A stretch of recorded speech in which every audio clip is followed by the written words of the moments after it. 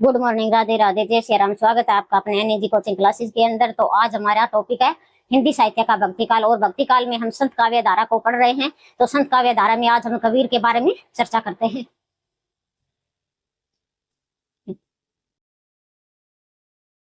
कबीर यानी कबीर का जन्म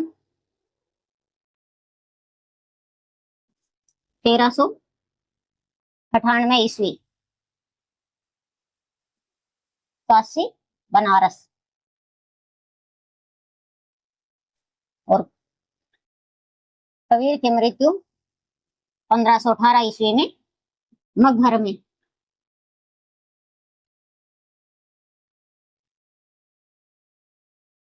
कबीर का पालन पोषण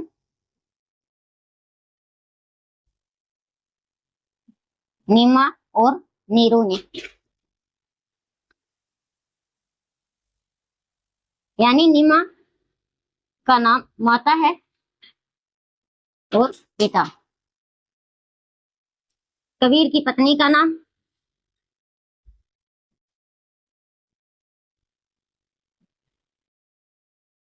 लोई और पुत्र का नाम कमाल और पुत्री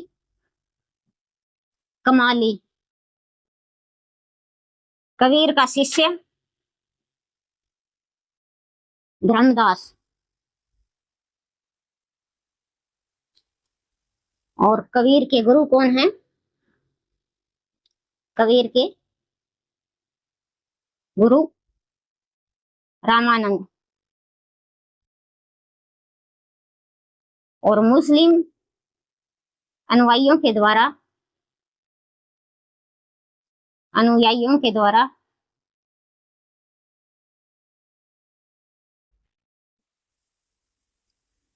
शेख तकी।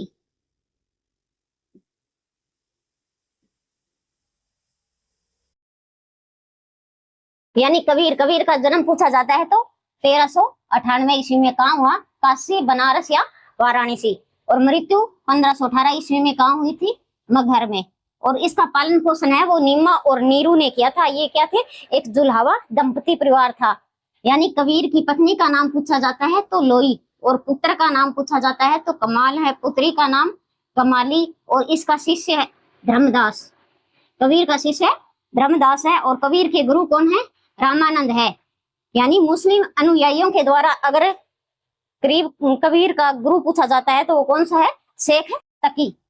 ध्यान रखना है कि मुस्लिम अनुयायियों के द्वारा कबीर का गुरु शेख तकी है। तो एक बार आप स्क्रीनशॉट ले सकते हो।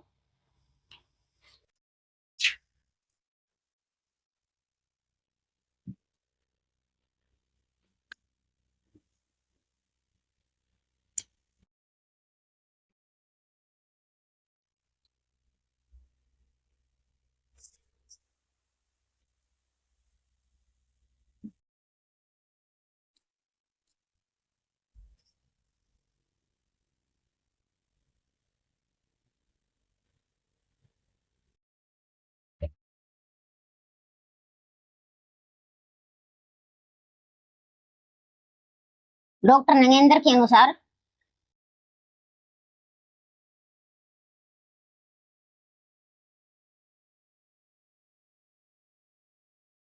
कबीर की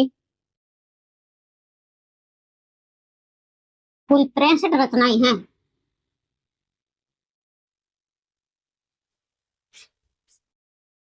जिनमें प्रामाणिक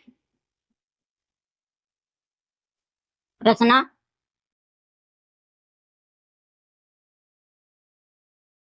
बीजक को माना है।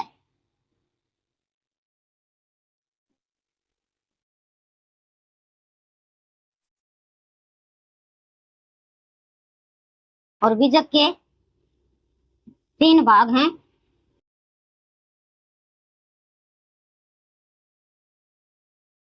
साखी, शबद और रमेनी। अगर इनका क्रम कई बार इनका क्रम भी पूछा जाता है कि साखी, शबद, रमेनी का क्रम बताओ, तो सबसे पहले क्या आएगा? रमेनी, शबद और साखी।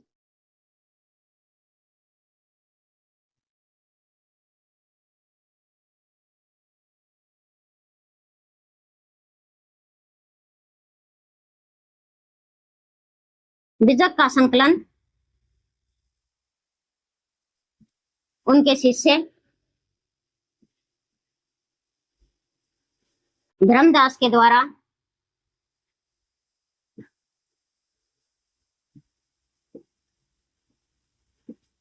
1464 ईस्वी में 1464 ईस्वी में किया गया। और कबीर के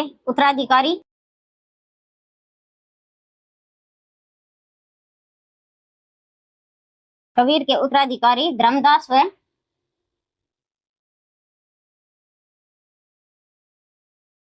कमाल।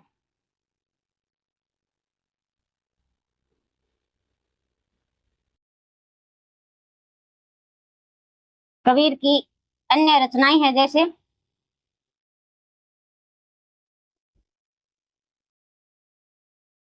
फगुआ, बसंत, चाचर, कहार और हिंडोला।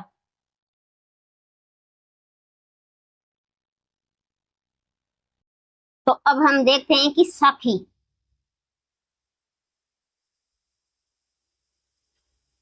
इस रचना में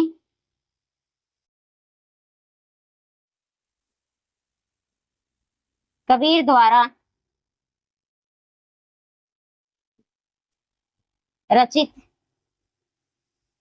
दोहें व साखियां हैं। और इसकी भाषा पूछी जाती है तो सदूखड़ी।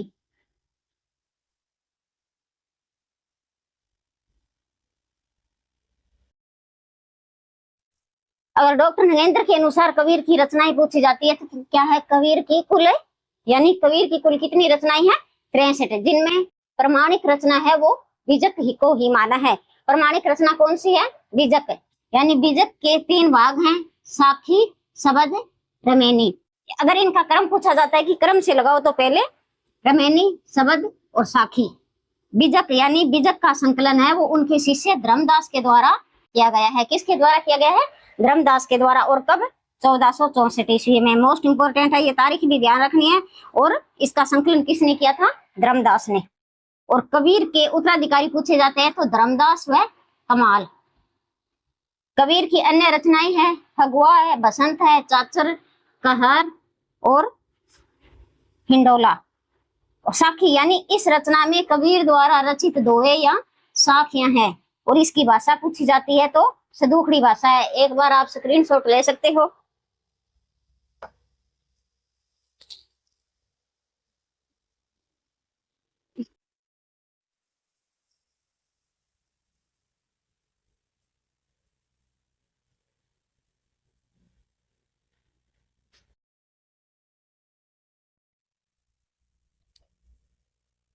लिखो आगे। साखी ने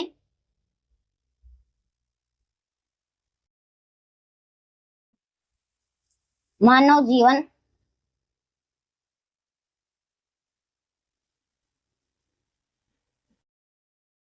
जीवन संबंध, सांप्रदायिक शिक्षा,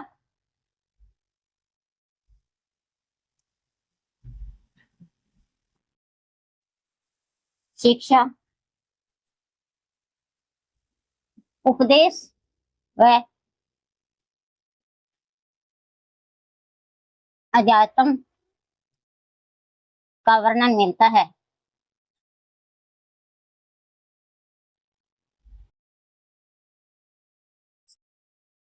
दूसरी रचना आती है शबद। यानी इस रचना में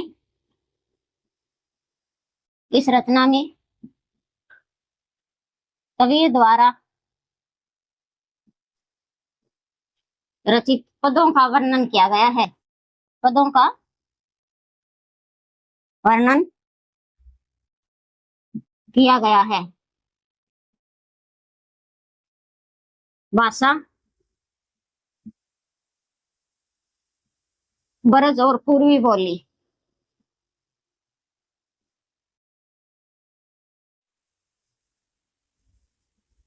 इस रचना में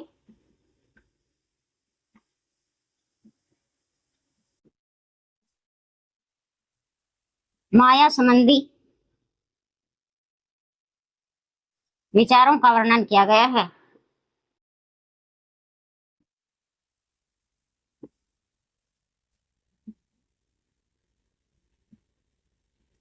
तीसरी आती है रमेनी। इस रचना में राम भक्ति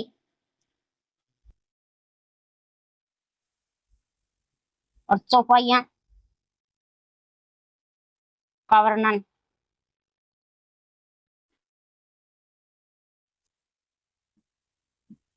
इस रचना की भाषा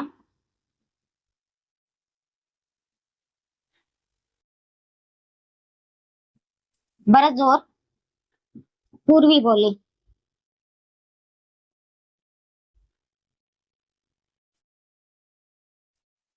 नोट लगाकर लिखो। इस रचना में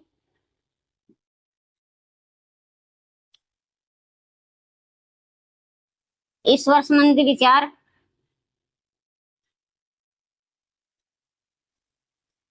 शरीर रचना संबंधी विचार,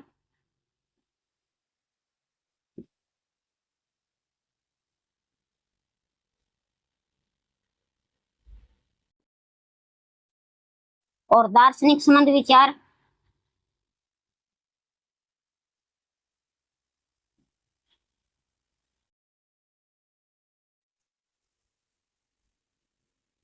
और मानवीय संबंधी विचार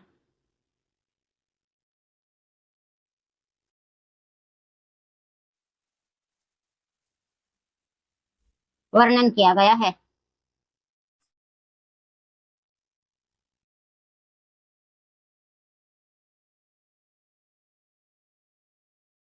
यानी साखी, साखी में क्या है, मानव जीवन संबंध, यानी उनकी जो साखी रचना है उसमें मानव जीवन संबंध या सांप्रदायिक शिक्षा, सांप्रदायिक शिक्षा व उपदेश या अध्यात्म ज्ञान का वर्णन किया गया है। पूछा जा सकता है कि मानव जीवन संबंधी या सांप्रदायिक शिक्षा, उपदेश, अध्यात्म ज्ञान का संबंध किस रचना से है, तो हमारा आंसर रहेगा साखी से, यानी शब्द। इस रचना में कबीर द्वारा रचित पदों का वर्णन किया गया है और भाषा पूछी जाती है तो ब्रज और पूर्वी बोली है। और इस रचना में क्या है, माया संबंधी, मोस्ट इंपोर्टेंट, माया संबंधी विचारों का वर्णन इस रचना में किया गया है शब्द में। रमेनी, यानी रमेनी नाम से ही पता चलता है राम, यानी इसमें राम भक्ति या चौपाइयों का वर्णन किया गया है। पूछा जा सकता है कि राम से संबंधित रचना कौन सी है, रमेनी। और इस रचना की भाषा पूछी जाती है तो ब्रज और पूर्वी बोली है। इस रचना में यानी ईश्वर संबंध विचार है, शरीर रचना संबंध विचार है, और दार्शनिक संबंध विचार और मानवीय संबंध विचार। ध्यान रखना है, पूछा जा सकता है कि ईश्वर संबंधी विचार है वो किस रचना में है, या मानव संबंधी विचार किस रचना में है, शरीर संबंधी विचार किस रचना में, तो हमारा आंसर आएगा रमेनी। एक बार आप क्या है स्क्रीनशॉट ले सकते हो।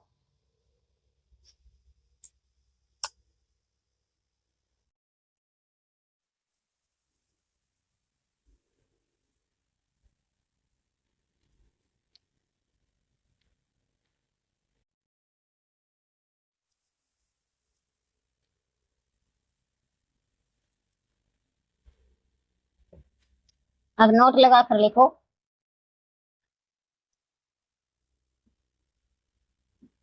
कबीर के राम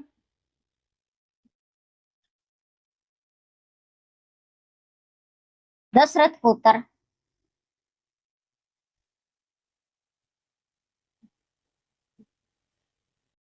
अयोध्यावासी राम नहीं थे।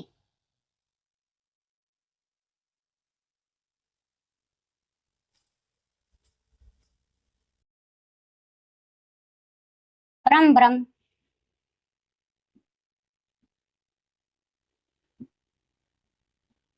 परम ब्रह्म परमेश्वर को ही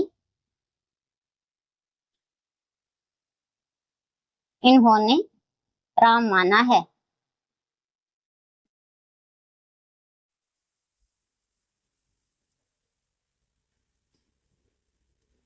अब देखते हैं कि विभिन्न विद्वानों द्वारा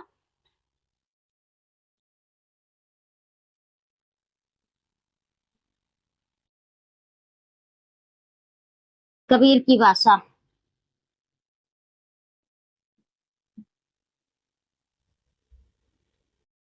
आचार्य रामचंद्र शुक्ल के अनुसार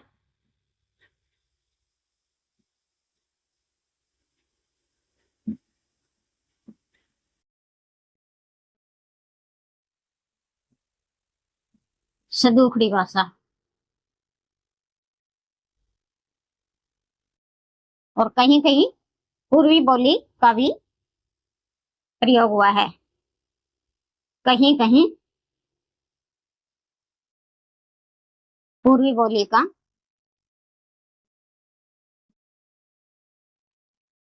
प्रयोग हुआ है। बाबू श्याम सुंदर दास के अनुसार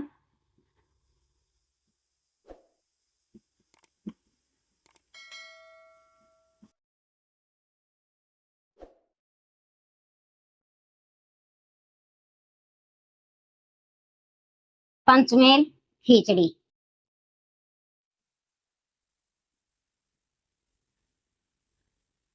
डॉक्टर वचन सिंह के अनुसार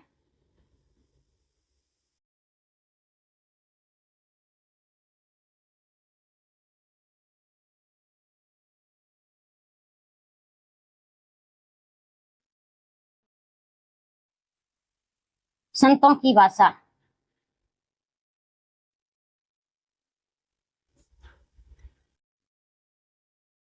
बाबू सक्सेना के अनुसार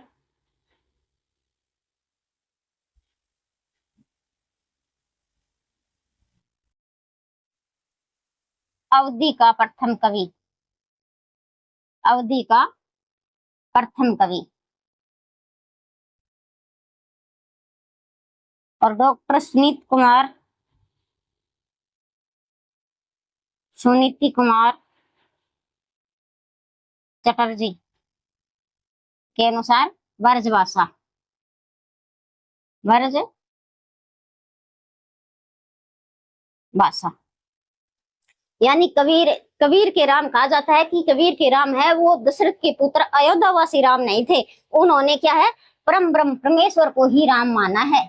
परम ब्रह्म परमेश्वर को ही क्या है, राम माना है। और विभिन्न विद्वानों के द्वारा कबीर की भाषा पूछी जाती है, यानी आचार्य रामचंद्र शुक्ल के अनुसार भाषा पूछी जाती है तो उन्होंने कबीर की भाषा को सदुखड़ी भाषा कहा है। और कहीं कहीं क्या है, पूर्वी बोली का भी प्रयोग किया गया है। बाबू श्याम सुंदर दास के अनुसार पूछी जाती है तो पंचमेल खिचड़ी है।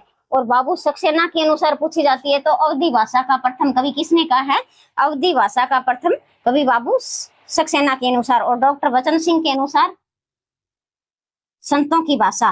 और सुनीति कुमार चटर्जी के अनुसार पूछी जाती है तो ब्रज भाषा। एक बार आप स्क्रीनशॉट ले सकते हो।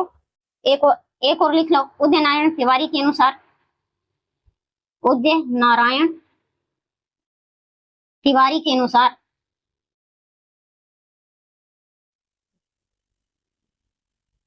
बनारस की भाषा।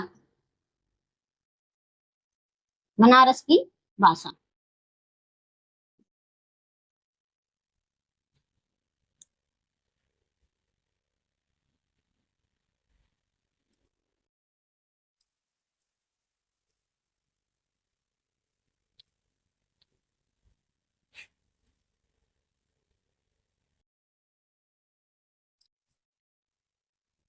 अब नोट लगा कर लिखो।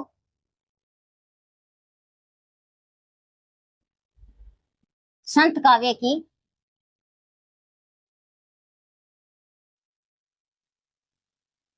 सर्व प्रमुख भाषा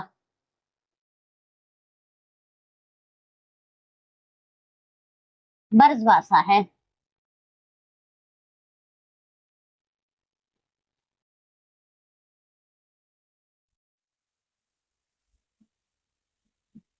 तो हिंदी साहित्य में सर्वाधिक प्रयोग ब्रज भाषा का ही हुआ है।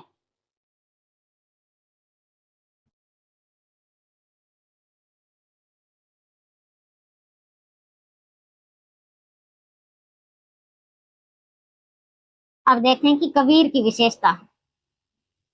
कबीर की विशेषता यानी कण कण में ईश्वर, कण कण में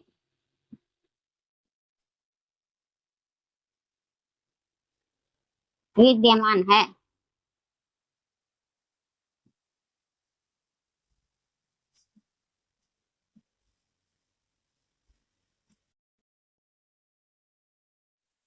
साधनात्मक रहस्यवाद,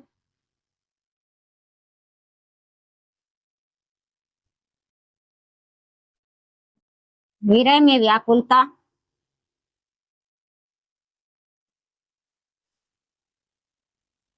आत्मा और परमात्मा,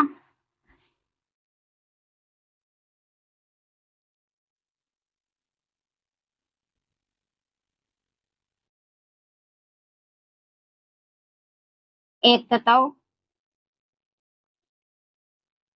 जाति प्रथा का विरोध,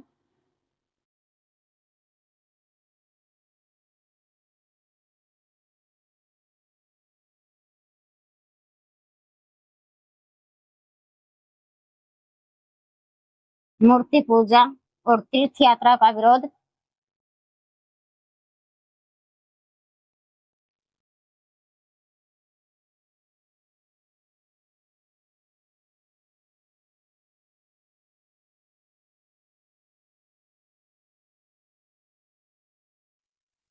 प्रतीकों का प्रयोग, सहज साधना पर बल,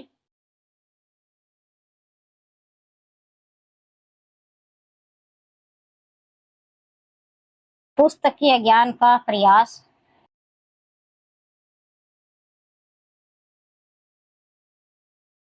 ज्ञान का परिहास और यानी संत काव्य का स्रोत, यानी संत काव्य की स्रोत प्रमुख भाषा पूछी जाती है तो हमारा आंसर आएगा ब्रज भाषा। यानी संत काव्य है वो सर्वाधिक किस भाषा में लिखा गया है? ब्रज भाषा में। हिंदी साहित्य में भी क्या है सर्वाधिक प्रयोग है वो ब्रज भाषा की ही प्रयोग हुआ है। कबीर की विशेषता यानी कबीर ने कहा है कि कण कण में ही ईश्वर विद्यमान है और कबीर ने साधनात्मक रहस्यवाद को अपनाया है। कौन सा? साधनात्मक रहस्यवाद। विरह में व्याकुलता, आत्मा और परमात्मा का एक तत्व, जाति प्रथा का उन्होंने विरोध किया है, मूर्ति पूजा और तीर्थ यात्रा का भी विरोध हुआ है, प्रतीकों का भरप्रयोग हुआ है, सहज साधना पर उन्होंने क्या है बल दिया है, पुस्तकीय ज्ञान का क्या है प्रयास है। और एक और लिख लो,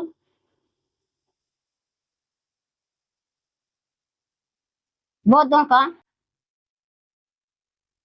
महायान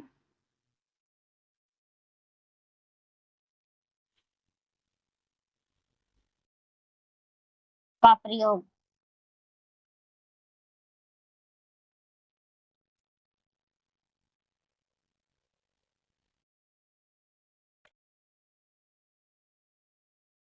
तो एक बार आप स्क्रीनशॉट ले सकते हो।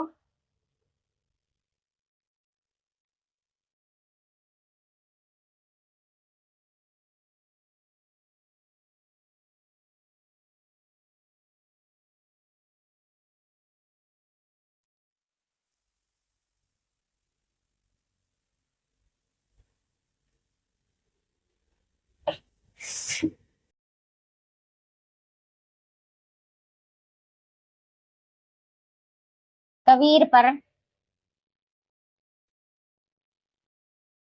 प्रभाव यानी कबीर पर किन किन साहित्यों का प्रभाव पड़ा है, यानी उन्होंने सिद्धों से क्या ग्रहण किया है, नाथों से क्या किया है, सूफियों से उन्होंने क्या लिया है। इस प्रकार देखते हैं। सबसे सबसे पहले हम सिद्धों से देखते हैं। सिद्धों से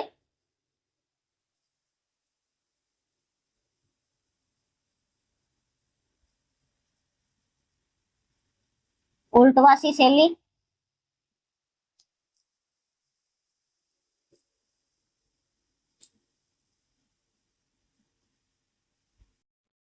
तांत्रिक साधना,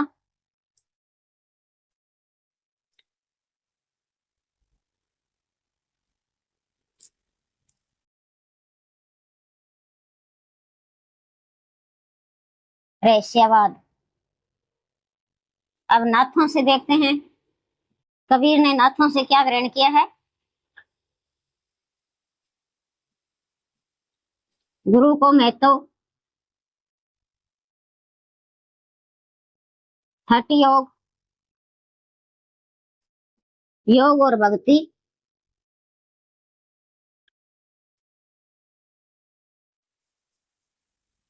शून्य प्रतीकों का प्रयोग,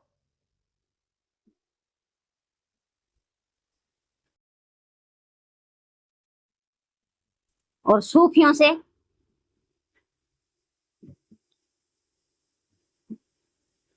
प्रेम तत्व, दाम्पत्य प्रेम,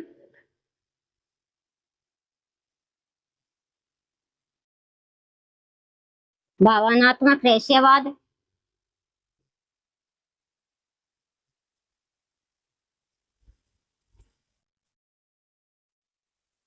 और वैष्णवों से अहिंसा तत्व, अहिंसा तत्व। उपनिषदों से ब्रह्म ज्ञान,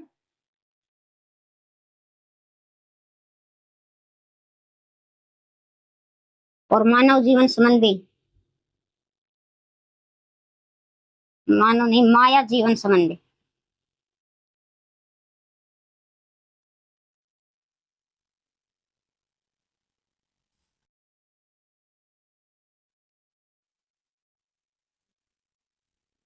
और इस्लामों से क्या लिया है।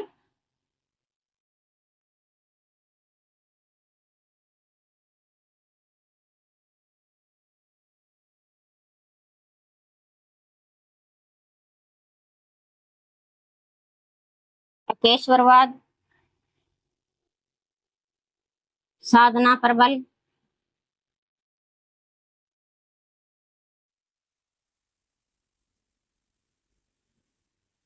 मूर्ति पूजा और आडंबरों का विरोध,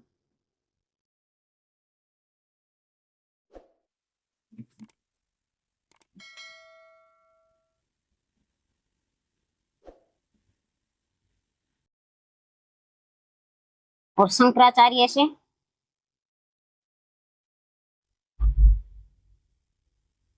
अद्वैतवाद,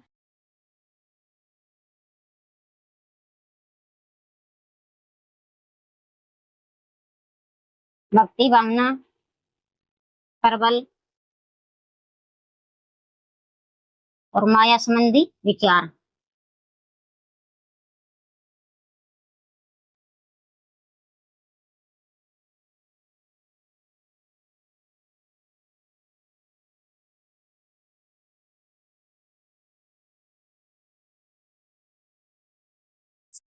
यानी पूछा जा सकता है कि कबीर पर पड़ने वाला प्रभाव, यानी सिद्धों से क्या है। सिद्धों से कबीर ने उल्टवा वो सिद्धों से ही ग्रहण की है, यानी तांत्रिक साधना और रहस्यवाद। और नाथों से गुरु को महत्व, हठ योग, योग और भक्ति, शून्य प्रतीकों का प्रयोग। सूफियों से प्रेम तत्व, दाम्पत्य प्रेम, भावनात्मक रहस्य, यानी भावनात्मक रहस्य है वो कहाँ से लिया गया है, सूफियों से। वैष्णवों से अहिंसा तत्व, उपनिषदों से ब्रह्म ज्ञान, माया संबंधी विचार। इस्लाम यानी इस्लामों से अकेश्वरवाद, साधना प्रबल, मूर्ति पूजा और आडंबरों का क्या है, विरोध। शंकराचार्य से अद्वैतवाद, भक्ति भावना प्रबल और माया संबंधी विचार। एक बार आप स्क्रीनशॉट ले सकते हो।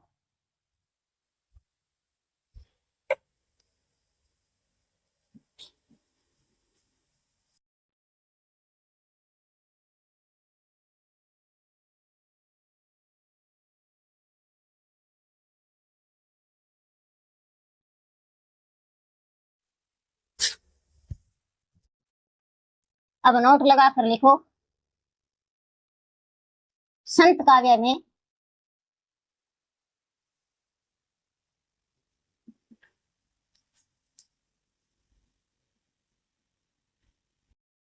अलंकारों का प्रयोग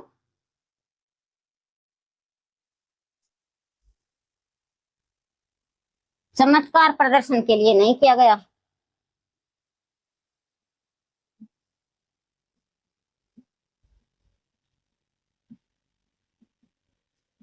नहीं किया गया। भावों को उत्कर्ष के लिए किया गया है, भावों के उत्कर्ष के लिए।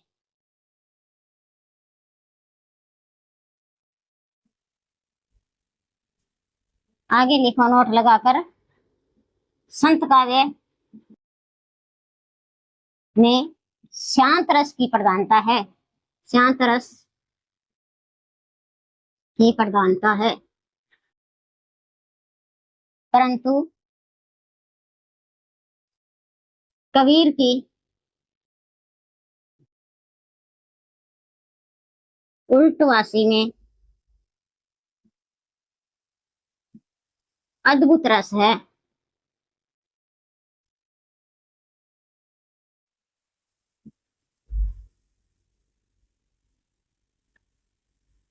नोट लगा के लिखो, बात मोस्ट इंपोर्टेंट है, बार बार परीक्षा में परिभाषा पूछी भी जाती है। संत काव्य मुक्तक शैली में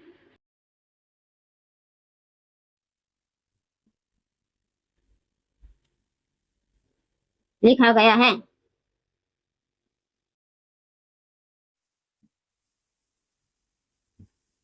इसमें एक भी प्रबंध काव्य नहीं है, इसमें एक भी प्रबंध काव्य नहीं है।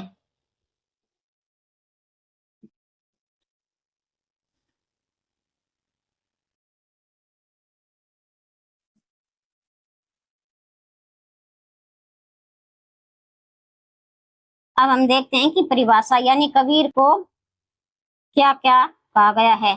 आचार्य हजारी प्रसाद द्विवेदी के अनुसार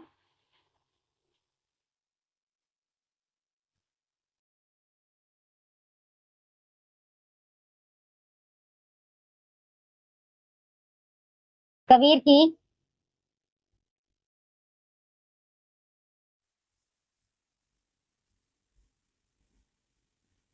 की भाषा शैली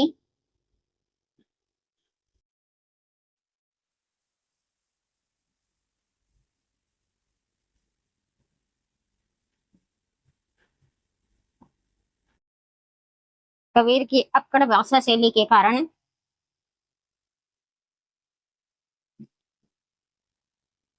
वाणी का डिक्टेटर का है।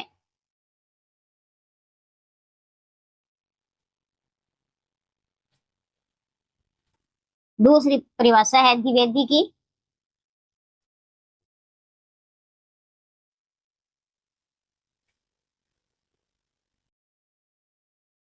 कबीर को भगवान विष्णु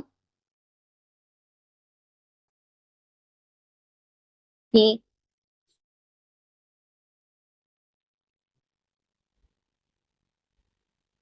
नरसिंह अवतार की प्रतिमूर्ति का है।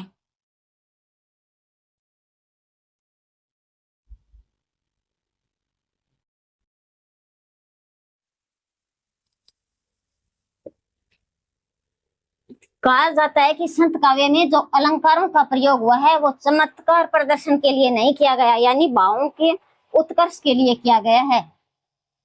संत काव्य में कौन सा रस है? शांत रस। यानी संत काव्य में पूछा जा सकता है कि संत काव्य में रस कौन सा है, तो हमारा आंसर रहेगा शांत रस। परंतु जो कबीर की उल्टवासी है उसमें कौन सा रस मिलता है? अद्भुत रस मिलता है। संत काव्य में मुक्तक शैली में लिखा गया है और इसमें एक भी क्या है? प्रबंध काव्य नहीं है। यहाँ क्या है? ये परिभाषा ऐसे बन सकती है कि संत काव्य है वो प्रबंध काव्य में लिखा गया, उसमें मुक्तक शैली का प्रयोग नहीं हुआ, तो इस प्रकार यह परिभाषा गलत हो जाएगी। यानी पहले ध्यान रखना है कि संत काव्य है वो मुक्तक शैली में लिखा गया है, इसमें प्रबंध काव्य का प्रयोग नहीं हुआ है। आचार्य हजारी प्रसाद द्विवेदी के अनुसार यानी कबीर की अक्कड़ भाषा शैली को देखकर कहा गया है, यानी कबीर को वाणी का डिक्टेटर कहा गया है। वाणी का डिक्टेटर यानी तानाशाही, तानाशाही। द्विवेदी यानी कबीर को भगवान विष्णु का नरसिंह अवतार की प्रतिमूर्ति कहा है। ये परिभाषा किसने दी है? आचार्य हजारी प्रसाद द्विवेदी ने। एक बार आप स्क्रीनशॉट ले सकते हो।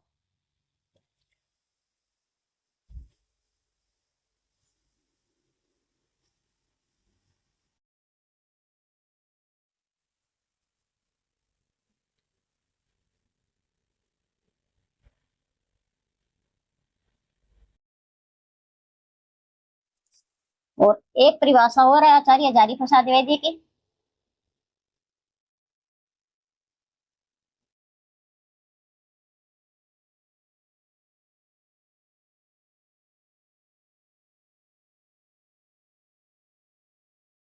हिंदी का ऐसा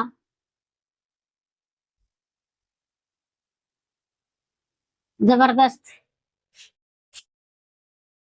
व्यंग्य कवि आज तक नहीं देखा है।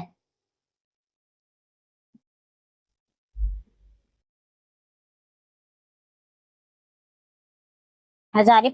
अब आती है रामचंद्र शुक्ल की परिभाषा। आचार्य रामचंद्र शुक्ल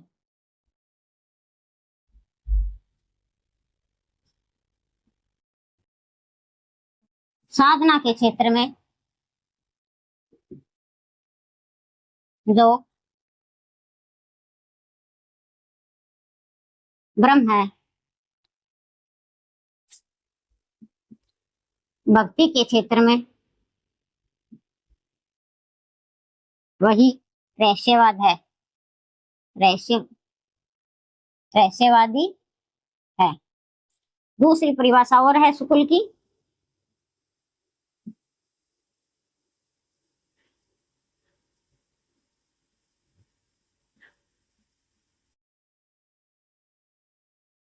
कबीर पढ़े लिखे नहीं थे,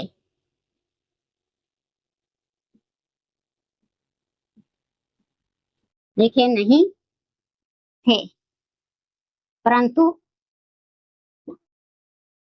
उनमें प्रतिभा बड़ी प्रखर थी।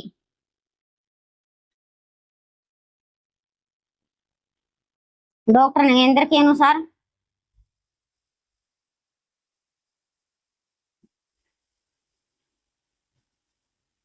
कबीर जन्म से विद्रोही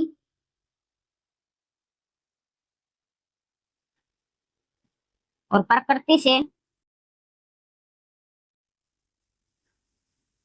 समाज सुधार कार्य कर से प्रेरित होकर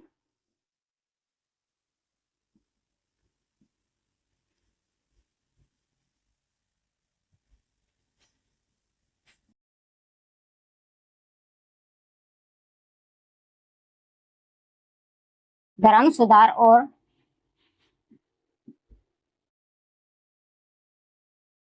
दार्शनिक आवश्यकता अनुसार कवि हैं। आचार्य हजारी प्रसाद द्विवेदी के अनुसार पूछा जाता है, यानी कहा है कि हिंदी का ऐसा जबरदस्त व्यंग्य कवि आज तक नहीं देखा है। ये किसके बारे में कहा है? कबीर के बारे में। किसने कहा? आचार्य हजारी प्रसाद द्विवेदी ने। आचार्य रामचंद्र शुक्ल यानी साधना के क्षेत्र में जो ब्रह्म है, भक्ति के क्षेत्र में वही क्या है? रहस्यवादी है। शुक्ल के अनुसार कबीर पढ़े लिखे नहीं थे, उनमें प्रतिभा बड़ी प्रखर थी। मोस्ट इंपोर्टेंट ये परीक्षा में कई बार प्रश्न पूछा भी गया है कि कबीर के बारे में किसने कहा है कि प्रतिभा बड़ी प्रखर है? ये शुक्ल ने कहा है। डॉक्टर नगेंद्र के अनुसार यानी कबीर जन्म से कैसे थे? विद्रोही थे और प्रकृति से समाज सुधार कार्य से प्रेरित होकर धर्म सुधार और दार्शनिक आवश्यकता अनुसार के कवि हैं। तो एक बार आप स्क्रीनशॉट ले सकते हो।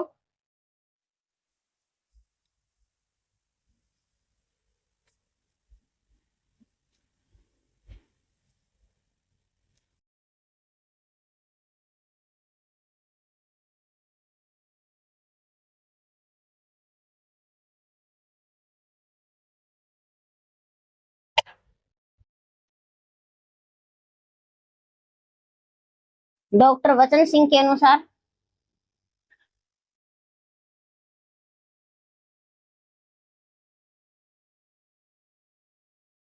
सबसे आधुनिक और प्रासंगिक कवि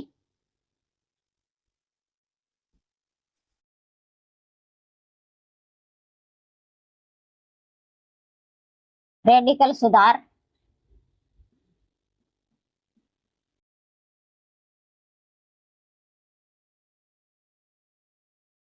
मूर्ति भंजक व हिंदी के प्रथम क्रांतिकारी पुरुषकर्ता। ये परिभाषा किसकी है? डॉक्टर वचन सिंह की। डॉक्टर रामस्वरूप चतुर्वेदी के अनुसार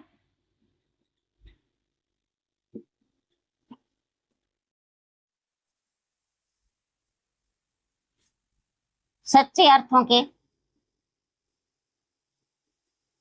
प्रथम कवि। सच्चे अर्थों के प्रथम कवि किसने कहा है? डॉक्टर रामस्वरूप चतुर्वेदी ने। गुलाब राय के अनुसार, गुलाब राय ने कबीर को क्या कहा है? समय के आगे के कवि। समय के आगे का कवि। और कबीर किसके समकालीन थे?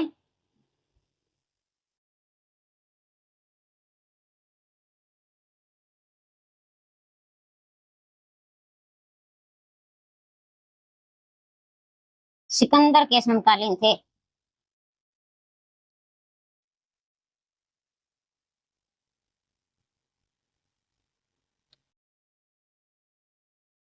यानी डॉक्टर वचन सिंह के अनुसार पूछा जाता है कि आज उन्होंने कहा है कि सबसे आधुनिक और प्रासंगिक कवि और रेडिकल सुधार और मूर्ति भंजक व हिंदी के प्रथम क्रांतिकारी पुरुषकर्ता। किसने कहा है ये बात? डॉक्टर वचन सिंह ने। किसके बारे में? कबीर के बारे में। डॉक्टर रामस्वरूप चतुर्वेदी के अनुसार पूछा जाता है तो उन्होंने कहा है कि सच्चे अर्थों के प्रथम कवि। किसको कहा है कि सच्चे अर्थों का प्रथम कवि है? कबीर दास को। गुलाब राय के अनुसार समय के आगे के कवि। और कबीर किसके समकालीन थे? सिकंदर के समकालीन थे। तो एक बार आप स्क्रीनशॉट ले सकते हो।